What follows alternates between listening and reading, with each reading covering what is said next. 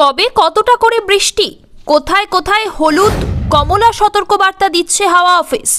সারা দেশে বর্ষা ঢুকে পড়েছে, আর বাকি নেই কোনো জেলা। বুধবার বিকেলে এমনটাই জানানো হলো আলিপুর আবহাওয়া দফতরের তরফে। জানা গিয়েছে আগামী 24 থেকে 48 ঘন্টায় নিম্নচাপ তৈরি হওয়ার সম্ভাবনা ঘনিয়েছে। অফিসার সোমনাথ দত্ত এদিন বলেন, এই মুহূর্তে একটি সাইসার রয়েছে বাংলাদেশ আর বাংলার সংলগ্ন এলাকায়। এই সাইসারটি সমুদ্রপৃষ্ঠ থেকে 7.6 কিলোমিটার পর্যন্ত বিস্তৃত রয়েছে।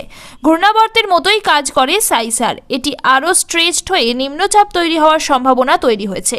ডটপেনের রিফিলের স্প্রিং যেভাবে টানলে লম্বা হয়, সেই মেকানিজমেই এই সাইসার কাজ করে।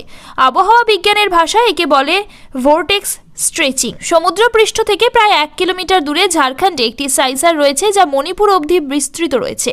পথে গাঙ্গেয় পশ্চিমবঙ্গকে ছুঁয়ে গেছে, যার ফলে উত্তরবঙ্গ এবং দক্ষিণবঙ্গে এই সপ্তাহে প্রায় প্রতিদিন ফেয়ারলি স্প্রেড বৃষ্টিপাতের সম্ভাবনা এবং উত্তরবঙ্গের জেলাগুলিতে ভারী থেকে অতি ভারী বৃষ্টির সম্ভাবনা রয়েছে।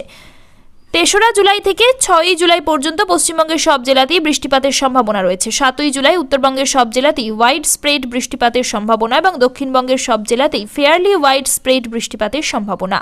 8 তারিখ এবং 9 তারিখে উত্তরবঙ্গের ওয়াইড স্প্রেড বৃষ্টিপাতের সম্ভাবনা এবং দক্ষিণবঙ্গে বৃষ্টিপাতের পরিমাণ কমার সম্ভাবনা রয়েছে। আজ দক্ষিণবঙ্গে ভারী থেকে অতি ভারী বৃষ্টির হলুদ সতর্কতা জারি করা হয়েছে পুরুলিয়া, বাঁকুড়া এবং 2 মেদিনীপুরে। উত্তরবঙ্গেও কমলা সতর্কতা জারি করা হয়েছে গোটা সপ্তাহের জন্য।